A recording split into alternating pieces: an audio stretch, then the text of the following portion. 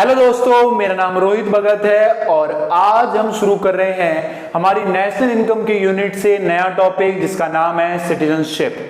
तो इस चैप्टर से रिलेटेड वीडियोस या इस यूनिट से रिलेटेड वीडियोस हम बना चुके हैं, तो पहले जाकर आप वो वीडियोस देखिए ताकि आपको ये वीडियोस और आने वाली वीडियोस और अच्छे से समझ में आए, आगे बात समझ में। तो चलिए शुरू करते हैं हमारा नया टॉपिक जिसका नाम है सिटीजनशिप या जिसको हिंदी में हम बोलेंगे नागरिकता। तो देखो क्या कह रहा है it is a legal concept. ये क्या है? एक लीगल कॉन्सेप्ट है, मतलब कि कानूनी चीजों पर बेस है। Based on the place of birth of the person. ठीक है, किस पे बेस है? पर्सन के बर्थ पर। और सम लीगल प्रोविजंस या सम लीगल प्रोविजंस मतलब कि कुछ कानूनी नियमों पर।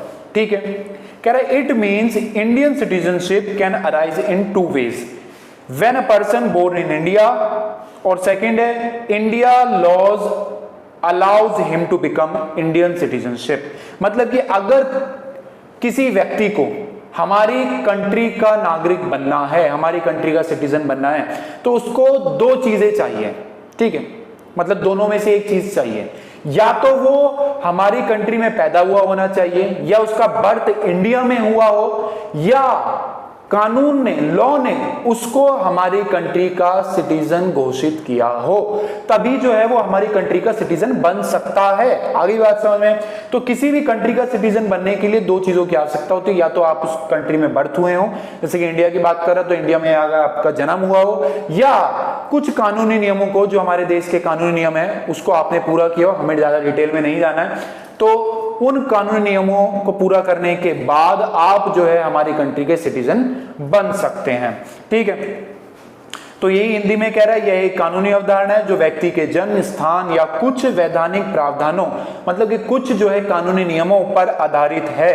ठीक है, इसका अर्थ है कि कोई भी अगर भारतीय नागरिक बनना चाहता है तो वो दो तरीकों से बन सकता है, या तो उसका जन्म भारत में हुआ हो, या जो है भारत का कानून, भारतीय कानून उसे सिटीजन बनने की अनुमति दे। आगे बात समझ में?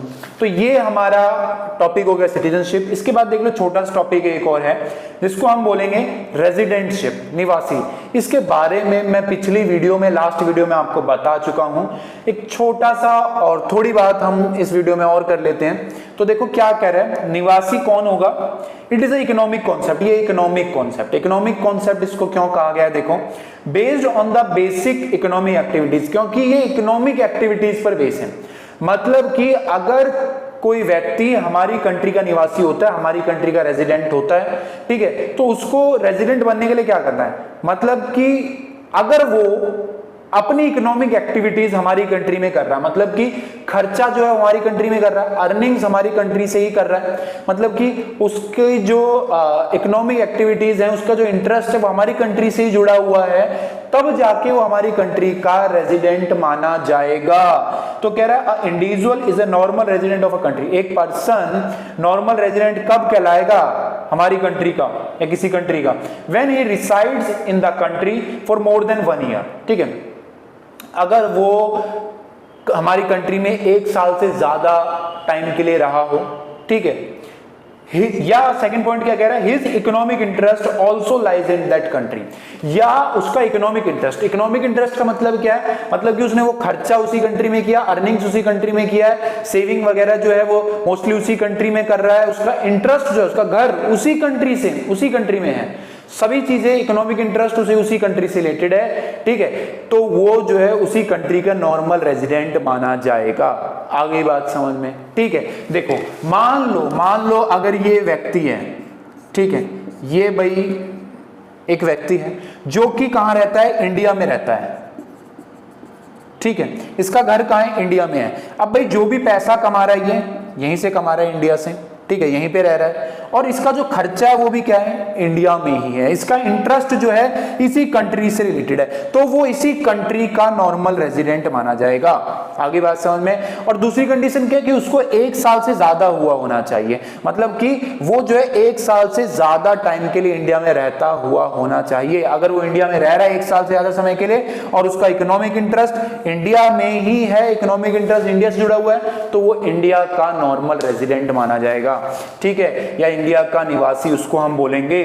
तो यही कह रहा है यह एक आर्थिक अवधारणा है। आर्थिक क्यों बोला गया है इसको? क्योंकि ये उस कंट्री में जो खर्चा है, जो प्रोडक्शन है उस कंट्री में ही हो रहा है, ठीक है, उसकी जो अर्निंग्स है उसी कंट्री से हो रही है, जो मूलभूत आर्थिक गतिविधियों पर आधारित है।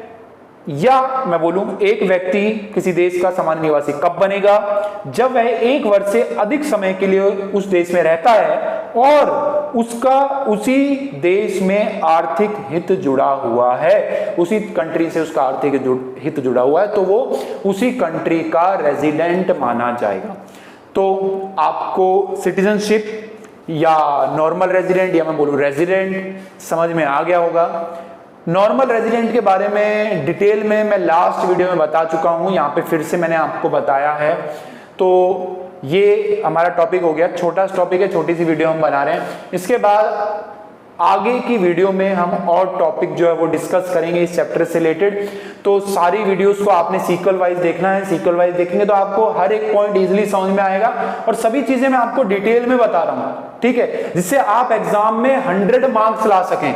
तो ध्यान रखना, अगर आपको 100 मार्क्स लेके आने हैं तो हर एक वीडियो डिटेल में देखो, ठीक है। जो भी मैं आपको लिखा रहा हूं, जो भी नोट्स में दे रहा हूं, ठीक है, उन नोट्स को पढ़ो, ठीक है। अपनी एक अलग से नोटबुक बना सकते हो जिसमें आप उन नोट्स को राइट डाउन कर रहे हो, लिख रहे हो, तो तब आप जो है इजीली 100 मार्क्स लेकर आ जाओगे एग्जाम में। सभी चीजें मैं आपको बता रहा हूं। और आपको कोई भी क्वेश्चन अलग से बुक से कोई भी आप क्वेश्चन कर रहे हैं या कोई भी क्वेश्चन आपको समझ में नहीं आता है, ठीक है, कुछ चीजें आपको समझ में नहीं आती है, तो मैंने आपको बोला हुआ है कि आप जो है व्हाट्सएप पे मुझे मैसेज कर सकते हैं डायरेक्ट, ठीक है। मैं आपको उसका सॉल्यूशन व्हाट्सएप पे आपको प्रोवाइड कर दूंगा, ठीक है।